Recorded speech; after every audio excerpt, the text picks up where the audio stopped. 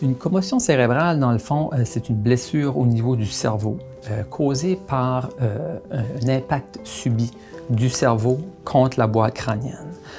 Ça peut survenir lors d'un impact direct au niveau du cerveau, mais aussi lors d'un impact au niveau du corps.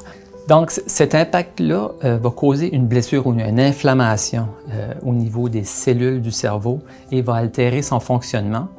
De là, les symptômes ou les signes vont apparaître et peuvent varier d'une personne à l'autre ou selon la sévérité de l'impact.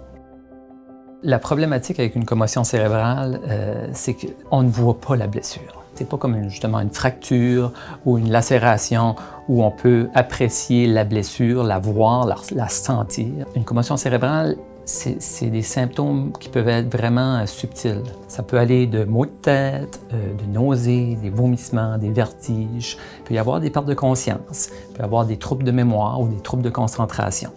Mais il peut aussi y avoir des troubles de l'humeur, comme se sentir déprimé, anxieux ou irritable. Les commotions cérébrales ne surviennent pas seulement lors d'accidents spectaculaires. Ça peut arriver dans la vie de tous les jours.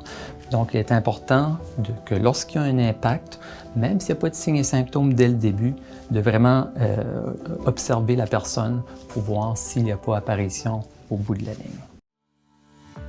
Le district scolaire francophone sud a pris l'initiative de développer, à l'aide d'un comité d'experts, des outils, des lignes directrices, afin d'aider autant les parents que les professeurs, que les entraîneurs, que les élèves à détecter et prendre en charge les commotions cérébrales selon vraiment des lignes directrices qu'il faut suivre. Si vous êtes témoin d'un incident où il aurait pu y avoir un coup à la tête ou un mouvement rapide de la tête par un impact au niveau du corps, il est important premièrement d'arrêter l'activité, de retirer la personne de l'activité et d'identifier s'il y a présence de signes et symptômes suggestifs d'une commotion cérébrale.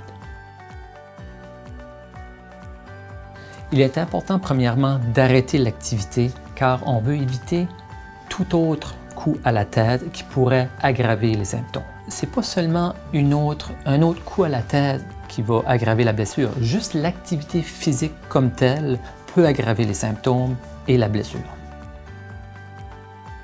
Même si l'incident peut paraître banal, il est important de retirer la personne de l'activité, car les symptômes peuvent apparaître jusqu'à 48 heures après. Il est important de protéger le cerveau.